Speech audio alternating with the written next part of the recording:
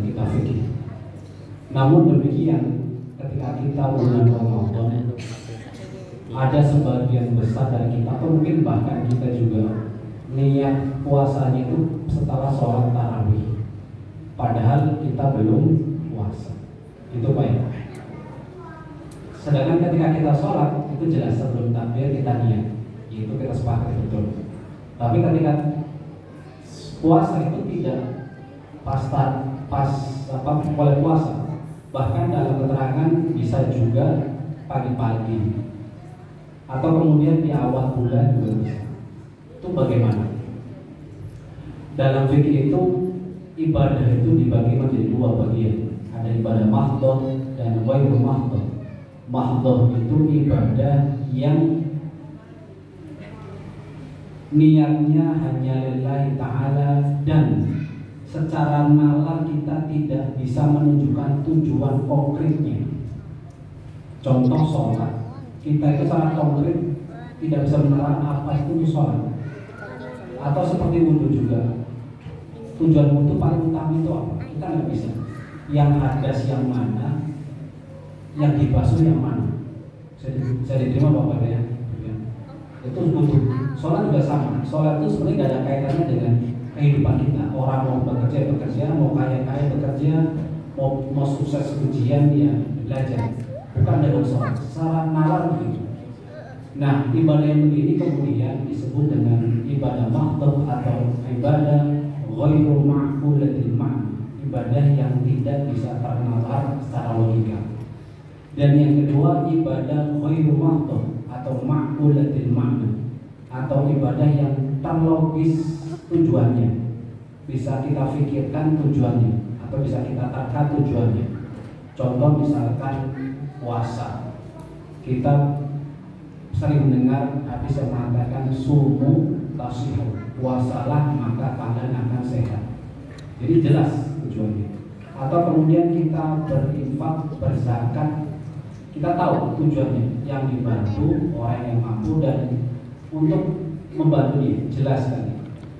Nah, dalam kaitan dua ibadah ini, ibadah yang mahdhah atau ghairu ma'qulatil ma'na itu definisi niat itu seperti saya sampaikan di awal. Jadi harus muqtarinan bi fi'li, berbarengan dengan kita melakukan tindakan tersebut. Oleh karena itu dalam sholat itu, sebelum sholat kita berdiri kemudian niat dan takbiratul ihram. Tidak boleh ketika ada yang mengatakan saya niatnya sudah dari rumah datang ke sini dengan Allah Akbar, itu tidak benar. Ketika ada yang meyakini di rumah itu niat, kita pastikan sholatnya tidak sah. Sebab dia sudah menyelakan perbuatan yang bukan perbuatan sholat. Misalkan dari rumah datang ke sini, kemudian di jalan dia ngobrol sama temannya. Artinya dia sudah ngobrol, sudah menyelakan tindakan selain rukun sholat di antara gerak-gerak rukun-rukun sholat yang lain. Contoh lagi misalkan habis tidak ketika mau rukuk kita terima telepon, sah tidak sholatnya? Tidak sah, karena dia sudah menyalakan tindakan selain tindakan sholat. Jadi ketika ada orang yang mengatakan dari rumah itu niat, itu pasti salah fikih dan sholatnya tidak sah, karena itu adalah sholat itu ibadah mahdhah. Ibadah mahdhah itu niat itu harus sesaat sebelum takbiratul ihram. Makanya ada orang yang niat itu ketika, jadi sebelum takbir itu sudah niat, kemudian ketika takbir ditekankan kembali. Oleh karena itu banyak dari kita, terutama mazhab Syafi'i, itu takbirnya agak lama. Allah di dalam hati sembari meniat kembali bahwa dia akan sholat isya dan seterusnya. Beda dengan mazhab Maliki atau Hambali. Itu niatnya sebelum takbir, makanya takbirnya tidak lama. Allahu Akbar. Nah, sedangkan ibadah ghairu mahdhah yang seperti sedekah, zakat, infak dan seterusnya, itu niat tidak wajib sesaat sebelum mengerjakan perbuatan itu. Ketika kita di rumah mau zakat ya sudah, itu sudah niat. Bahkan tanpa berhadapan dengan amil di masjid, kita sudah bisa langsung menyampaikan zakat tersebut kepada mustahiknya. Karena infak, zakat dan seterusnya itu termasuk ibadah ghairu mahdhur atau ma'qulatil ma'na yang bisa ternalar tujuannya. Semoga bisa dipahami. Nah, Bapak Ibu jamaah salat tarawih yang Allah Subhanahu wa taala, sedangkan talfidun niyah, mengucapkan niat, itu adalah hukumnya sunnah. Jangan sampai ada mengatakan kita wajib. Ketika talfid mengucapkan niat sholli misalkan wajib, itu berbahaya juga. Contoh misalkan kita lagi sholat sendiri misalkan, sholat duhur, tiba-tiba ada orang di belakang nyolek kita menjadi makmum. Ketika dia itu harus dilafalkan, berarti dia harus melafalkan niat di tengah-tengah sholat. Otomatis dia mengucapkan sesuatu yang bukan bacaan sholat. Maka sepakat sholat niat itu adalah di dalam hati.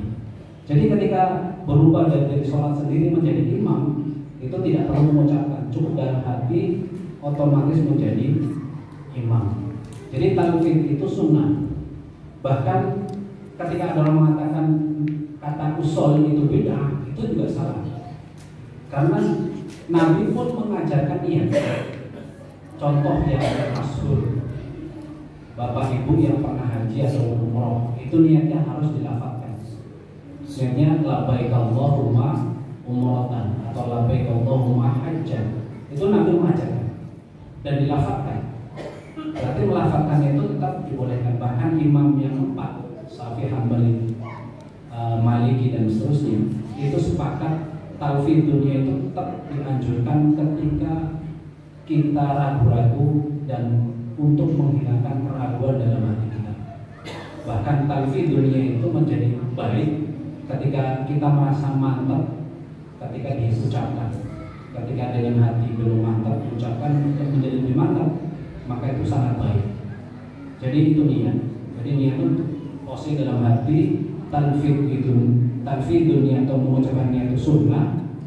Dan kemudian niat ibadah itu tergantung. Kalau seperti itu ibadah mahdhur, yang ibadah tidak bisa kita logis tujuannya ibadah tersebut, itu sesaat sebelum melakukan perbuatan tersebut. Sedangkan ibadah yang ghairu mahdhur atau ma'qulatil ma'na yang bisa ternalar tujuannya, itu tidak harus sesaat sebelum melakukan perbuatan tersebut. Oleh karena itu dibolehkan kita niat puasa habis tarawih atau bahkan rapel di awal Ramadan juga sah saja, karena puasa itu termasuk ibadah ghairu mahdhur.